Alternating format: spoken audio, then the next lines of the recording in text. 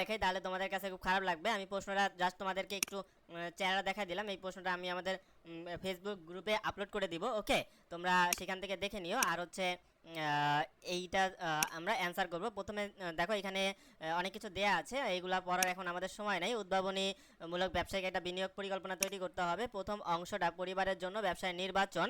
সেক্ষেত্রে দুইটা ধাপ তারা দিয়েছে। প্রথম অংশে দুইটা ধাপ থাকবে। এক নাম্বার ধাপ হচ্ছে ক নাম্বার ধাপ পারিবারিক আর্থিক পরিস্থিতি বিশ্লেষণ। এখানে কিছু বিষয়ের উপর পারিবারিক আর্থিক অবস্থা বিশ্লেষণ করতে বলছে এবং ধাপ খতে ব্যবসায়ের ধরন নির্বাচন করতে বলছে। আমরা এইখানে যেই নির্দেশনা আছে সেই নির্দেশনার আলোকে পুঙ্খানুপুঙ্খভাবে একটি সলিউশন তোমাদেরকে দিচ্ছি। এখন চলো প্রিয় শিক্ষার্থীরা, উত্তর পর্বে যাওয়ার আগে আবারও বলতেছি, যারা যারা এই ভিডিওতে ক্লিক করবা, ভিডিওটি যদি ভালো লাগে তাহলে প্রত্যেককে আমি রিকোয়েস্ট করবো, প্রত্যেকটি স্টুডেন্ট অবশ্যই সাবস্ক্রাইব করবা। বা তোমার সাবস্ক্রাইব করলে তোমার কিন্তু ক্ষতি নেই, কিন্তু আমরা মোটিভেটেড হব পরবর্তী ভিডিওগুলো সবার আগে আপডেটেড ওয়েতে এবং সুন্দরভাবে দেওয়ার জন্য। ওকে, তাহলে চ্যানেলটিকে সাবস্ক্রাইব করে চলো আমরা সামনের দিকে অগ্রসর হই। দেখো এখানে উদ্ভাবনীমূলক ব্যবসায়িক বিনিয়োগ পরিকল্পনা। এখানে তুমি হচ্ছে ইয়াটা লিখবা, নামটা লিখবা। তারপরে ধাপ কতে হচ্ছে পারিবারিক আর্থিক পরিস্থিতি বিশ্লেষণ। এইটা লেখার পরে এইটা আমরা এখন করব। আমরা কিন্তু প্রশ্নে দেখেছিলাম ধাপ কতে পারিবারিক আর্থিক পরিস্থিতি বিশ্লেষণ। এইখানে প্রথমেই তোমাকে কি করতে হবে, নাম্বার 1 তোমাকে পারিবারিক বাজেট তৈরি করতে হবে। পারিবারিক বাজেট তৈরি করতে হবে, সেই বাজেটটা আমরা এখন তৈরি করা দেখব। দেখো আমি যেটা দেখেছিলাম এখানে এই যে কয়ের মধ্যে 1 নম্বরে আমরা পারিবারিক বাজেট তৈরি করব একটা, ঠিক আছে, পারিবারিক একটা বাজেট তৈরি করব। এই বাজেটটা আমরা কোথা থেকে তৈরি করব দেখো, এই যে তোমরা এইভাবে লিখবা। ক্রম 1 মূল খাত হচ্ছে খাদ্য, লেখার পরে এই যে উপখাত চাল আটা যেগুলো আমরা রেগুলার খাই। ধরো যে এইখানে সাপোজ তুমি লিখলা যে এখানে তোমার হচ্ছে 8,000 টাকা লিখলা। তারপর হচ্ছে ফলমূল ধরো যে তুমি এখানে তোমার মন মতো লিখলা। ফলমূল ধরো তুমি সাপোজ 600 টাকা লিখলা। তারপরে মিষ্টান্নে ধরো যে তুমি সাপোজ মাসে মিষ্টান্ন 400 টাকার মিষ্টান্ন 500 টাকার মিষ্টান্ন লিখলা। তারপরে ধরো এই জায়গায় তুমি অন্যান্য লিখে দিতে পারো, যে অন্যান্য তোমার কি কি ব্যয় হয় সেটা লিখতে পারো। অন্যান্য ধরো যে সাপোজ 300 টাকার খরচ হয়। এইভাবে তুমি এই আনুমানিক একটা বরাদ্দ তুমি এখানে লিখতে পারো। তারপরে হচ্ছে 2 নম্বরে বস্ত্র, এটাও লিখবা, সব লেখা লাগবে না।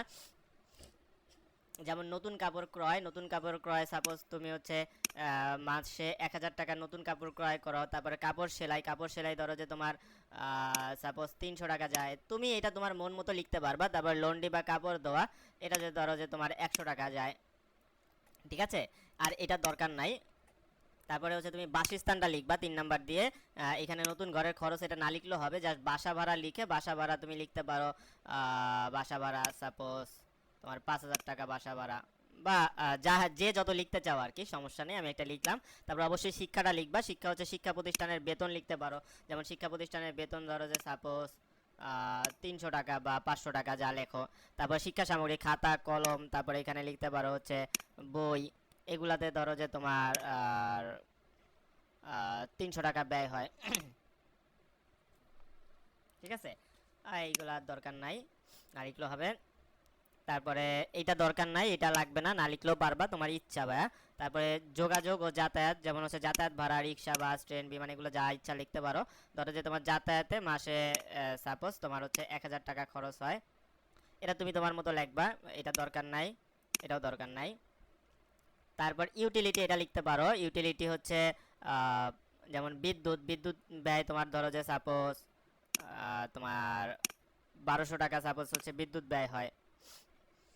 তারপর গ্যাস জ্বালানি না লিখলে হবে, গ্যাস তোমার ব্যয় হয় সাপোজ হচ্ছে 800 টাকা। তারপরে তোমার ইন্টারনেট বিল ধরো যে 500 টাকা, ঠিক আছে, এইভাবে তুমি লিখতে পারো, এটা না লিখলেও সমস্যা নাই। তারপরে চিকিৎসা, এটা তুমি লিখবা। চিকিৎসা ওষুধে তোমার ব্যয় হয় সাপোজ মাসে ধরো যে 700 টাকা, এটা তুমি তোমার মন মতো লিখবা। তারপর চিকিৎসকের ফি ধরো যে 500 টাকা। তারপর ডায়াগনস্টিক ফি ধরো যে 600 টাকা, ঠিক আছে। তারপর এই যে খাজনা ট্যাক্স, এটা লিখতে পারো, না লিখলে সমস্যা নাই, এটাও সমস্যা নাই, লেখার দরকার নাই। আচ্ছা, তারপরে বিনোদন, এটা তুমি অবশ্যই লিখবা। বেড়াতে যাওয়া, ধরো যে বেড়াতে যাইতে তুমি হচ্ছে মাসে 400 টাকা এখানে ব্যয় করো বেড়ানোর ক্ষেত্রে। তারপরে উৎসবের আয়োজন, ধরো উৎসবের আয়োজনে তুমি সাপোজ তোমার 1000 টাকা ব্যয় হয়, ঠিক আছে। তারপর নিমন্ত্রণে অংশগ্রহণ, তোমার এইখানে ধরো যে তুমি 500 টাকা 600 টাকা যা ইচ্ছা লেখো, এটা তোমার ইচ্ছা, হ্যাঁ। আচ্ছা, এটা দরকার নাই। তারপরে হচ্ছে তোমার জরুরি প্রয়োজনটা লিখতে পারো, যেমন দুর্ঘটনায় ধরো যে তোমার তুমি বরাদ্দ রাখছো হচ্ছে সাপোজ তুমি 600 টাকা 500 টাকা যা ইচ্ছা লিখতে পারো, এটা তোমাদের ব্যাপার, বুঝো নি। তারপরে হচ্ছে সঞ্চয়, এটা লিখবা ব্যাংকে সঞ্চয়, এটা দরকার নাই। ব্যাংকে সঞ্চয় সাপোজ ধরো যে তুমি 1000 টাকা ব্যাংকে সঞ্চয় করো মান্থলি, ওকে, এটা তুমি লিখলা। এরপরে এগুলা কিছুই দরকার নাই, লাগবে না। এই অভিভাবকের মতামত এগুলো লাগবে না। তারপর লিখবা মোট লেখার পরে এই যে যতগুলা লিখছো এগুলো সব যোগ করে এই যে এই পৃষ্ঠা থেকে এই পৃষ্ঠা এইগুলো টোটালটা যোগ করে যা হয় এখানে সেই যোগফলটা তুমি বসায় দিবা, ব্যাস তোমার কিন্তু এটা হয়ে যাবে।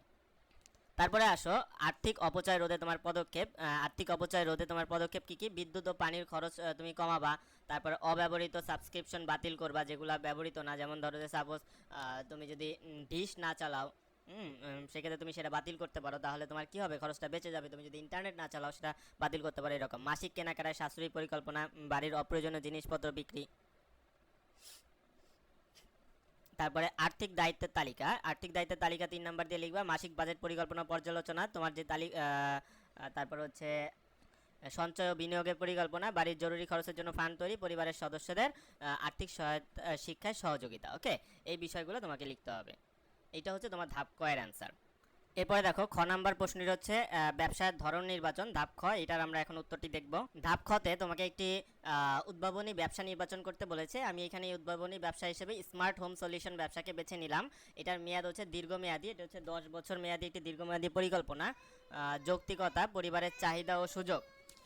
দেখো এটি বেছে নেওয়ার পিছনে যৌক্তিকতা, পরিবারের চাহিদা ও সুযোগ, নিরাপত্তা ও আরামের জন্য স্মার্ট হোম সলিউশন, এবং এটা যেহেতু পরিবারের চাহিদা ও সুযোগ রয়েছে, স্মার্ট ডিভাইস ব্যবহারের মাধ্যমে বিদ্যুৎ ও অন্যান্য খরচ কমানো যাবে।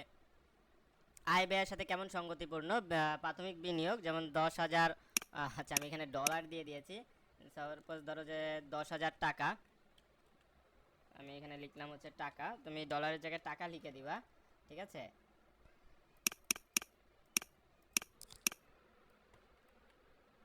তারপরে হচ্ছে পরিবারে মাসিক সঞ্চয় হতে পারে এর মাধ্যমে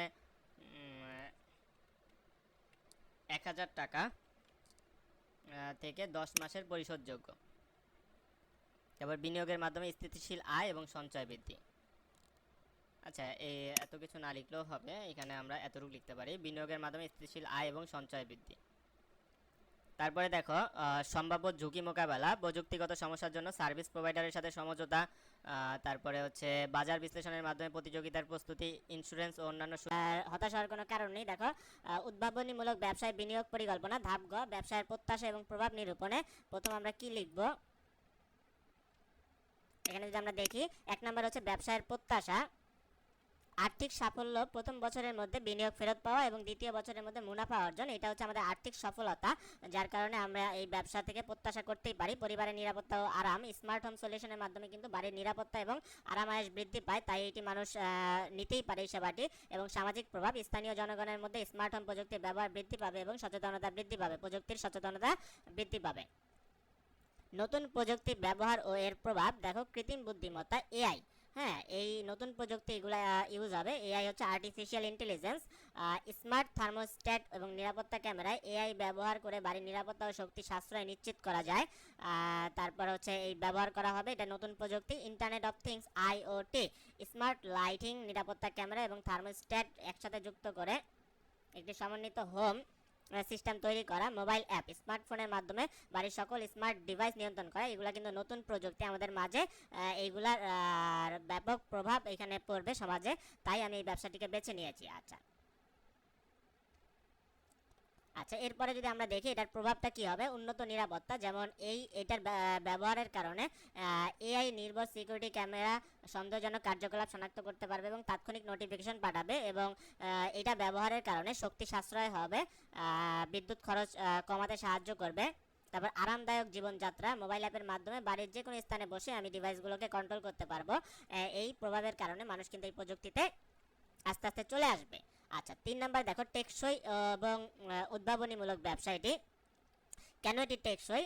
শক্তি সাশ্রয়, স্মার্ট ডিভাইসের মাধ্যমে জ্বালানির ব্যবহার কমানো যাবে, এই কারণে এটা টেকসই, কারণ এটা শক্তি সাশ্রয় করবে। দীর্ঘমেয়াদী সেবা।